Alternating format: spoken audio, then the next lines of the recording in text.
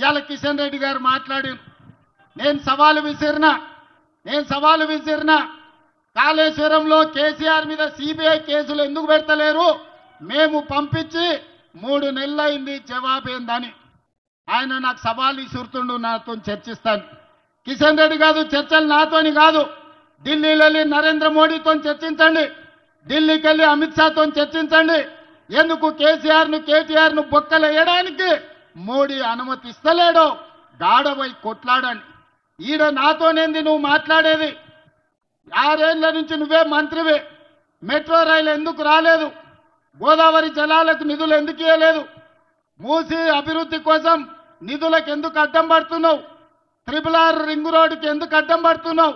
Radial రోడ్స్కి ఎందుకు అడ్డం పడుతున్నావు? హైదరాబాదు నగర ప్రజలకు చెప్పు. ఇవాళ గుజరాత్లో సబర్మతి రివర్ ఫ్రంట్ కట్టుకోవచ్చు, యూపీలో గంగా నది రివర్ ఫ్రంట్ కట్టుకోవచ్చు, ఢిల్లీలో యమునా నది రివర్ ఫ్రంట్ కట్టుకోవచ్చు. కానీ హైదరాబాదు నగరంలో మూసీ నది రివర్ ఫ్రంట్ ఎందుకు కట్టుకోకూడదు? బీజేపీకో నీతి, ఇవాళ తెలంగాణకి ఇంకొక నీత. గుజరాత్ను ఇంకొక విధంగా, ఢిల్లీ ఉత్తరప్రదేశ్ మరో విధంగా. ఇవాళ తెలంగాణకు అన్యాయం చేయడానికే ఈ ప్రాంతంలో సికింద్రాబాద్లో నిన్ను ఎంపీగా గెలిపించి మంత్రిని చేసిండ్రా కిషన్ రెడ్డి గారు. అదేవిధంగా కేటీఆర్ చర్చలకు సవాల్ అంటున్నాడు. సవాలు ఇసరడం, పారిపోవడం నీ జాతిలోనే ఉంది. గంజాయి డ్రగ్స్ గురించి టెస్టులు అంటే నేను విశ్వేశ్వరరెడ్డి అమరవీరుల స్థూపం దగ్గర 6 గంటలు వెయిట్ చేసినాం, రాలేదు. అసెంబ్లీలో చర్చలు చేద్దామంటే నువ్వు నీ అయ్యా ఇద్దరు అసెంబ్లీకి రాకుండా పారిపోయినరు.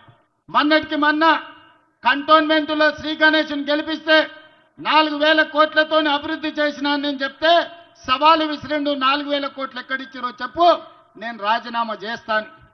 శ్రీ గణేష్ 5,000 కోట్ల రూపాయల జీవోలు చూపిస్తే రాజీనామా చేయకుండా పారిపోయిన కేటీఆర్ ఇవాళ మళ్ళా చర్చలతోని సవాళ్ళు విసురుతున్నారు.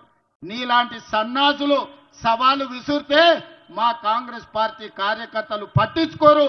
ఒకవేళ నువ్వు సవాలు విసిరేది నిజమే అయితే కంటోన్మెంట్లో శ్రీ గణేష్ తయారుగా ఉన్నాడు, అక్కడ నిధులు ఏమిచ్చిండ్రో నువ్వు వాటి జీవోలు ఇస్తాడు, నువ్వు రాజీనామాకు సిద్ధంగా అని చెప్పి ఇవాళ కేటీఆర్కు నేను సవాలు విసురుతున్నా.